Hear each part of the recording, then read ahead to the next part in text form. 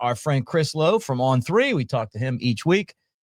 Good to talk to you, Chris. Bama and Vanderbilt game day coming to Tuscaloosa. Only the second time ever that Vanderbilt has been part of an ESPN game day experience. And this Vanderbilt team's 5-0 right now, nationally ranked. Bama coming off of a huge win against Georgia. What a matchup. Yeah. And I thought we talked a little bit last week. I mean, I felt like this was going to be a hard game for Bama, regardless of whether they won or lost in Athens. And, being there and seeing the way that they were so poised when they needed to be, and I think it all starts with Todd Simpson, the way he's playing, and being around the locker room and talking to the kids after and talking to Kalen DeBoer, it looks like a team and a program that's turned the corner. You started to see that the last few weeks. But now you come in back home against a team that beat you last year, an embarrassing loss. And that's not to diss Vandy. It just is when Bama loses to Vandy.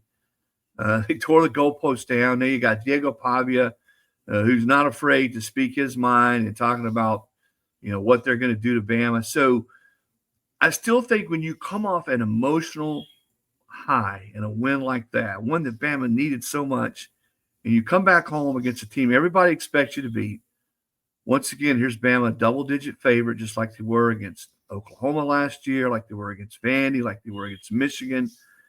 This is a hard place in the schedule, I think, to play Vandy because Vandy's tough. They're disciplined. They won't be intimidated.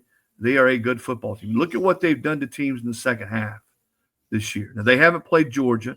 They haven't played a team of that caliber the way Alabama has, but they've gone on the road twice already and beaten Power 4 teams. So I'm not one who's ready to say, well, Bama's just going to mow through them because I've seen Vandy. I've watched them practice. I do think they're a good football team.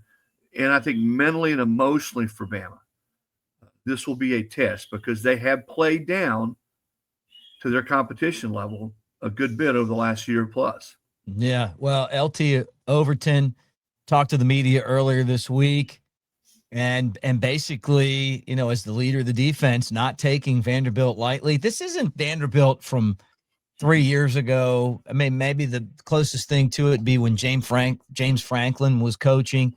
It's only their second 5-0 start since 2008, or excuse me, in 80 years. The only other one was 2008. Right. They've got a quarterback that has pro experience. And what I mean by that is the guy should be in the pros, but he's in college. I mean, he's a legitimate college Heisman Trophy contending experienced quarterback. And he's never lost to the Alabama teams. He's beaten Auburn twice, and he's playing Alabama, having beaten them last year. The guy's got the ability to run and pass, and Bama hasn't done a good job of stopping the running game of teams, and he's going to probably bring the toughest run game that Bama's going to face just because he can do so many different things with the ball. Yeah, it's that old cliche, when you got a quarterback that can run the football, a lot of times offenses just outnumber you, Mick, and he's certainly a guy that, if he has to, he'll carry it 20 times. And I was with Diego earlier this week to do a story. And, when you're with him, I mean, they list him at 6 foot. I think that's a stretch. But he's wide, man. He's strong in the core, and he's a lot more athletic and a lot faster than you think he is. And he's tough. He reminds me a little bit of Connor Shaw at South Carolina. Connor Shaw was one of those kids, man, that you just had a hard time getting on the ground. And he competed, and he wasn't afraid to stay in the pocket, and yet he could extend plays. And Pavia is the same way. Boy, he's not scared of the devil himself. That's the thing. He can talk all he wants, and it doesn't make one bit of difference about the way he's going to play in this game. And certainly he's done some talking. Johnny Manziel said this week when I was talking to Johnny, who's supposed to be on the sideline for the game, wearing a Pavia jersey, by the way, that he said, listen, I beat Bama once. Diego's got a chance to beat him twice.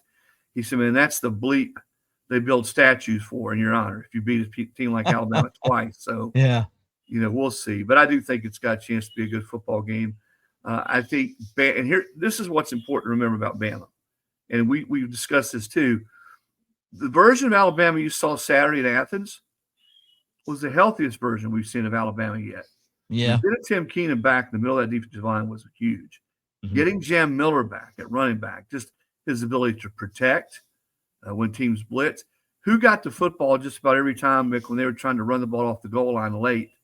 to end that game. Jam Miller, in some form or fashion, handled that football just about every time. So he is a vital part of this offense. So to have both those guys back, I can't underscore enough how much it meant to be healthy in what was the toughest game Bama has played this year. Yeah, we've talked a lot, and we've given Vanderbilt a lot of respect. We know that they are a great team and that they have the ability to beat Alabama. They did it last year. But this is a different Alabama team with Ty Simpson. He just has risen to the occasion when it comes to the leadership part of the job. And he's quarterbacking right now at an elite level, not getting a lot of help from the run game a little bit, but listening to Kirby talk about how tough it was to defend him after the game and the respect that he had for his ability to read defenses and make accurate passes, to me, instills a lot of confidence that Bama's offense could lead them to wins, even if the defense isn't great. Mm-hmm. You know, we probably forget we have short memories, Mick. This is Ty's fourth season on campus. He's been around, and he hasn't played a lot, I'll grant you that, in games, but he's been around a lot. He's played for different offensive coordinators. He's had to adjust. He's had to learn to be resilient, and I think he's learned a lot of football in that time. He was under Nick Saban for 2 years. You know, I talked to Ty last week for a piece I did. You know, he said something I hadn't thought about. He says, you know, I saw Kirby's defense, which was essentially Alabama's defense, for 2 years when Coach Saban was here. I played against it every day in practice, in the spring, in the preseason. So he's seen a lot. He's seen a lot of things that defenses have tried to throw at him, albeit in practice and not in games. And you really sort of saw that savvy and that experience Saturday night on the road. I was there, man. That place was raucous, you know, and for him to play as efficiently as he did with the confidence and the swag that he did, I think says a lot about his experience. And the other thing I think we probably take for granted sometimes about quarterbacks or playing at a high level is how much the people around him believe in him. And it's very clear in talking to whether it's Caden Proctor, guys on defense, how much faith and belief they have in Ty. And, you know, we're not supposed to have favorites in the media, guys that we root for, quote unquote, but it's hard not to root for kids like Ty Simpson. You know, the fact that he hung around, he waited his turn, he bet on himself, I don't think he had a horrible game in the opener. Now, quarterbacks always get blamed when you lose, but he caught a lot of flack. His family caught a lot of flack. And now here he is playing at a level that few quarterbacks in the country are. Maybe the only guy who is the guy that's going to be on the other side of the ball Saturday for Vandy. And, boy, you want quarterback matchups. This has a chance to be as entertaining as it gets.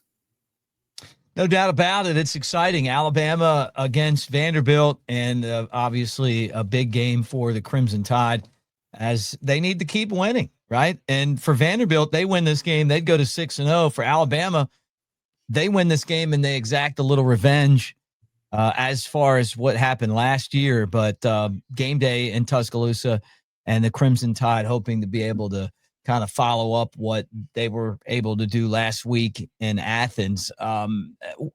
This is where Kalen DeBoer and his staff struggled, was dealing with success last year.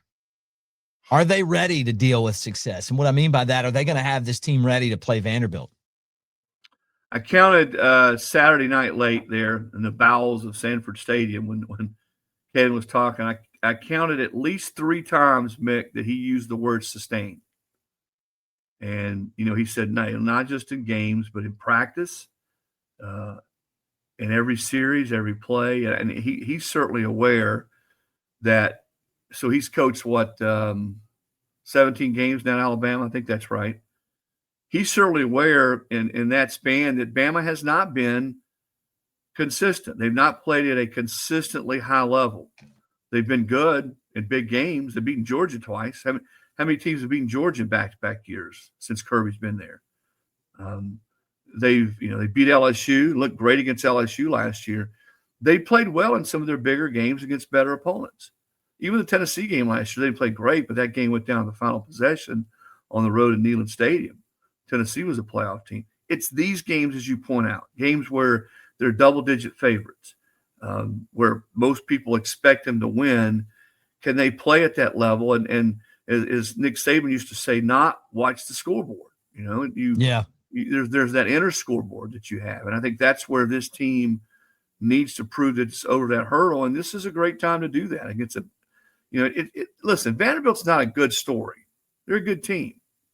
We're past that point. Oh, Vanderbilt, they've beaten some teams and they're 5-0. No, they're a good, solid, deeper football team. I was with Clark Lee this week, and he said it's by far the deepest team they've had. They spent money, Mick, in the offensive line. They brought in 3 portal transfers in the offensive line, 2 tackles, and they've made a big difference in Vandy's ability to run the football, coupled with the fact that Pavi is such a threat to get out and make plays with his legs. They're disruptive in their defensive front. They have dominated teams in the second half. I think it's 123-26 in the last 4 games. They've outscored opponents in the second half.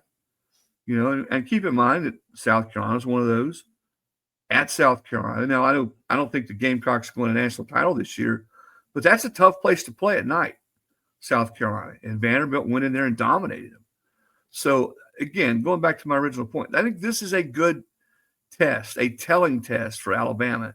Going back to your question, can they sustain it? Do we see the same kind of focus, energy, the same kind of toughness to finish games? They're going to have the crowd on their side. If they get Vandy down, do they indeed finish them? And I think if they do, and they look like they did against Georgia, I think it's pretty fair to say that this program has turned a corner. Doesn't mean they're going to win the rest of their games, but certainly this is a telltale type of game that I think can punctuate the fact that this is not the same Bama team or program we saw in week 1 in Tallahassee. I hope so. Look, I certainly hope so. I would love that to be the case. I think all of us Alabama fans would. My challenge has been, let's see it. Went to Athens, played on the road in a tough environment, got it done. Now it's time to kind of get that next thing done, and that's play a team that you have better talent than, might not have the big name, and go ahead and beat them. Although it's hard to ignore Vandy. I mean, they beat you last year. Game day's going to be there.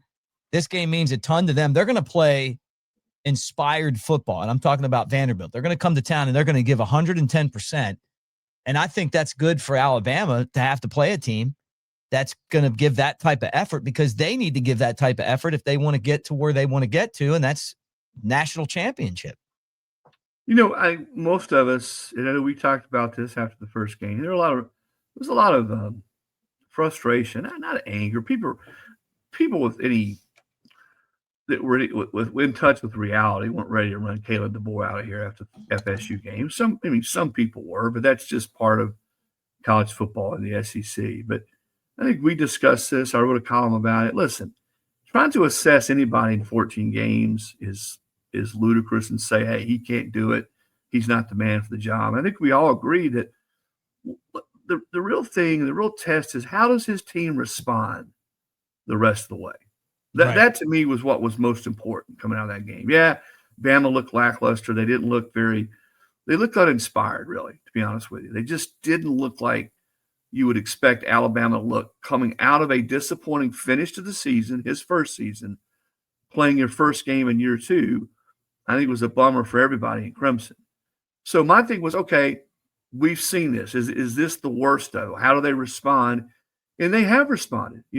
So kudos to Kalen, his staff, the leaders on that team, guys like Ty Simpson, I think have been critical to what they've done over the last few games. I'll give you an example. Caden Proctor, I'm talking to him after the game last week. He has the big lateral, the left.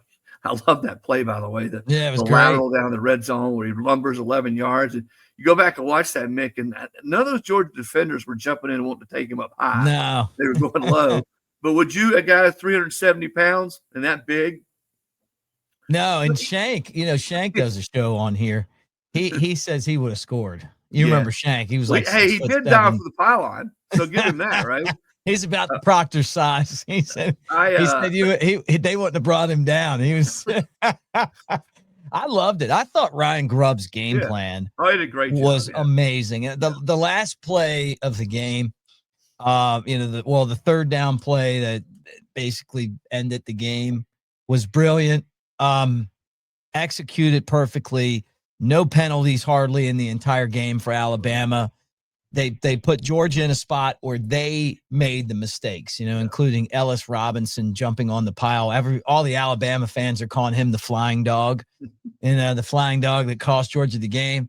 And I just hope that Alabama is able to continue that, because that is the best that Alabama has played discipline-wise since, I'd say, 2020.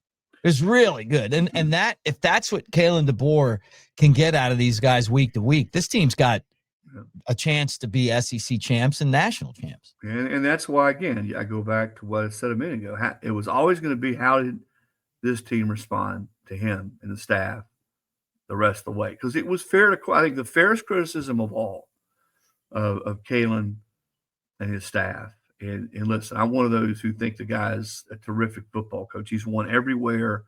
The people that I trust the most in football raved about him, how smart he was, how his teams played and the way they played. So he didn't, just because they lost to FSU, he did not forget to coach football overnight. Right. But the fairest criticism was, and is, well, maybe not to this point, but was coming out of that FSU game, for whatever reason, he had not gotten his team to respond to him and the staff to where they were playing consistently good, tough, fundamental football. I think that was the fairest criticism. And then the question becomes, can he get it out of them going forward? How do they respond going forward? Well, we've seen that response. And, going back to what I was saying a minute ago about Caden Proctor, the players on that team weren't running from it, from the way they played in the first game. Ty Simpson, Proctor told me, he says, man, we were bad. I was terrible in the first game. I get fans are mad. They should be mad. We win all the time around here. They're used to us winning. I was mad.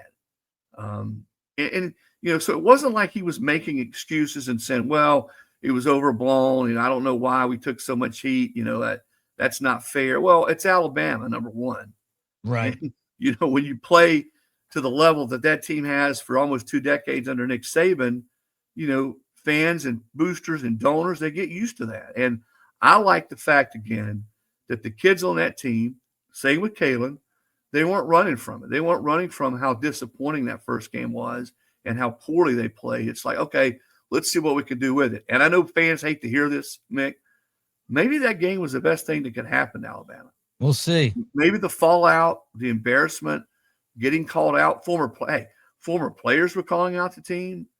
I talked to some heavy-hitting donors who were really upset.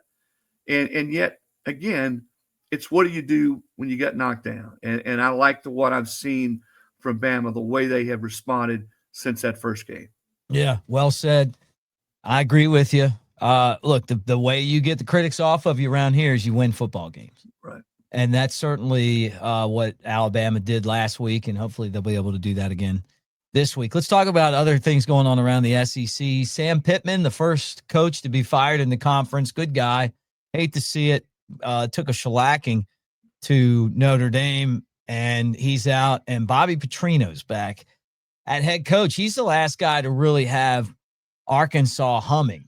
And it's been a while now, but wow, it's crazy. I mean, when you just look at the whole thing in the grand scheme of things, to see where we are right now, but it is what it is, and Arkansas still has a season to play, and can he get it turned around? Yeah, imagine the money you could have won had you gone to Vegas in summer of 2012 and said, hey, I want to bet some money that at some point Bobby Petrino is back coaching the Hogs on the sideline. Granted, interim head coach, but on the sideline. It's still surreal. I talked to Bobby, and I think it's surreal to him too that this is happening and he's back. I know he hates it for Sam. He told me, listen, I wouldn't have gotten a shot here had it not been for Sam Pittman sticking his neck out. He said there weren't a lot of people here at Arkansas jumping up and down to hire me again after what happened, the way I left. But Sam believed in me. He stuck his neck out. We got it done, and I hate it for him. But Bobby understands whether it's him or any other staff member on that team or players that all it's going to matter is what they do these next 9 weeks. Will he be the coach long-term? I don't know. I don't think he knows.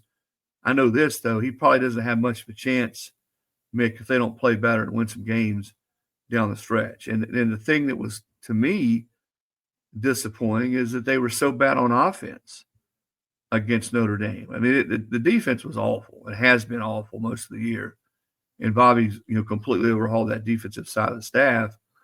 But they're too good, and Taylor Green's too good on offense not to be more productive. And I think that's the thing that's got to change. They got to get back to moving the football and scoring some points. Right. And it'll be intriguing to see if they can do that now that Bobby's taken over the whole shop.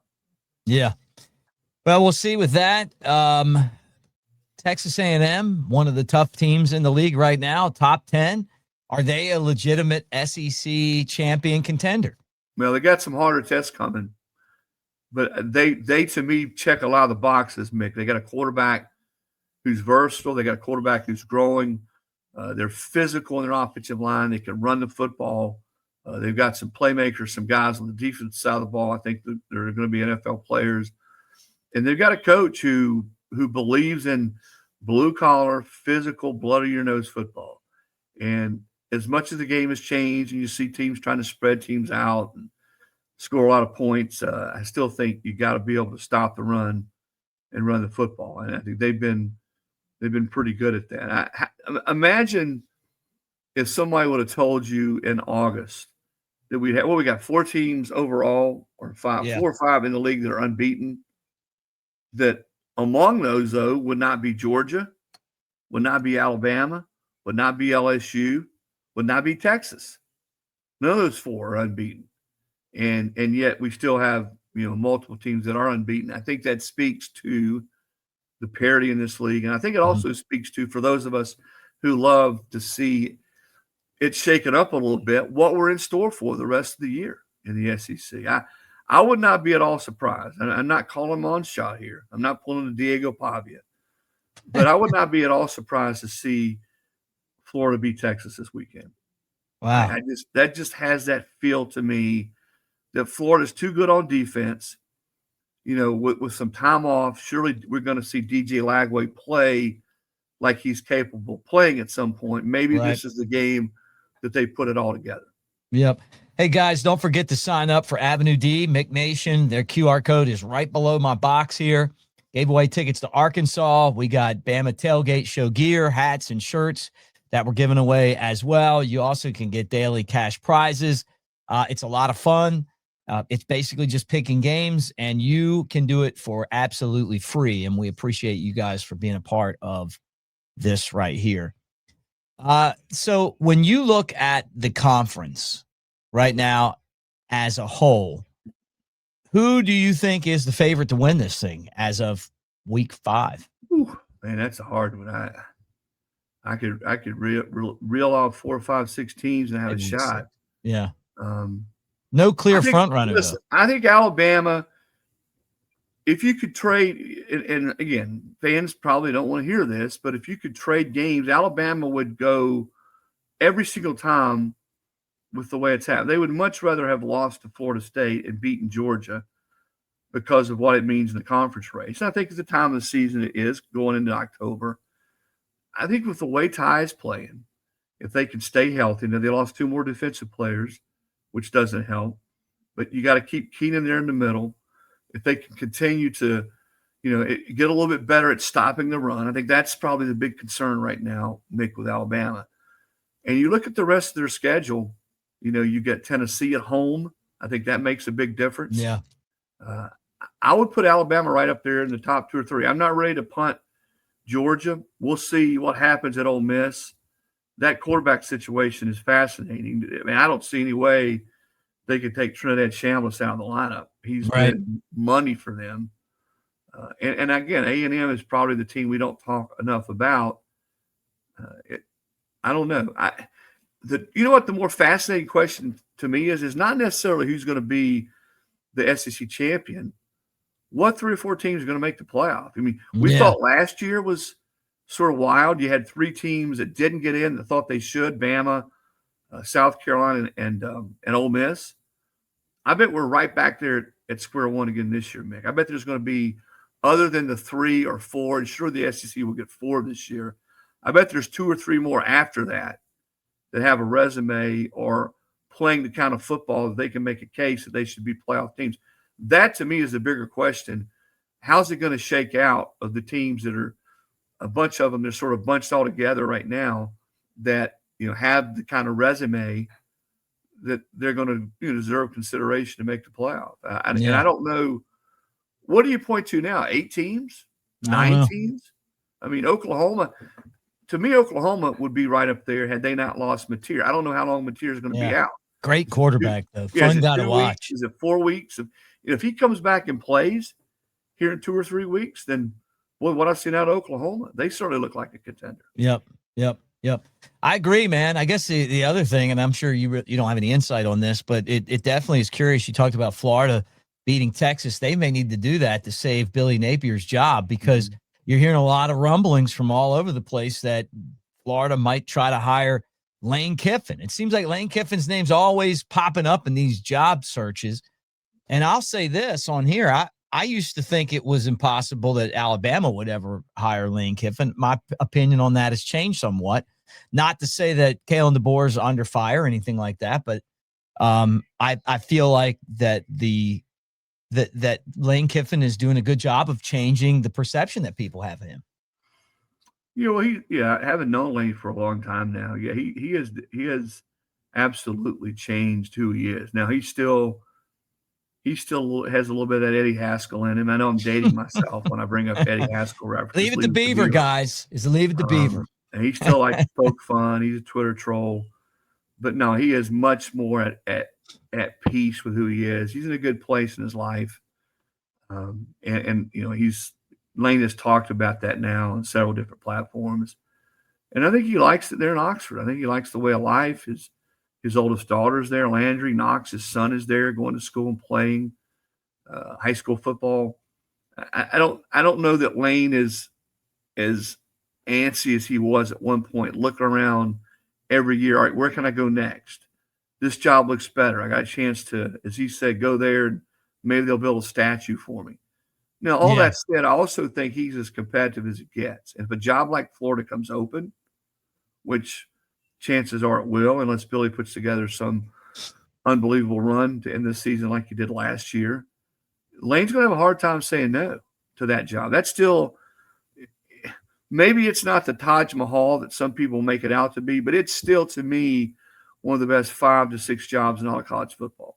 Well, because of the recruiting pool. Yeah, and I mean, final thought, and as we end this segment, when you hear former coaches that won national championships there talk about the standard not being met, that kind of gives you an idea that Billy Napier, and I think Billy Napier is a good coach too, by the way, but I think that gives you an idea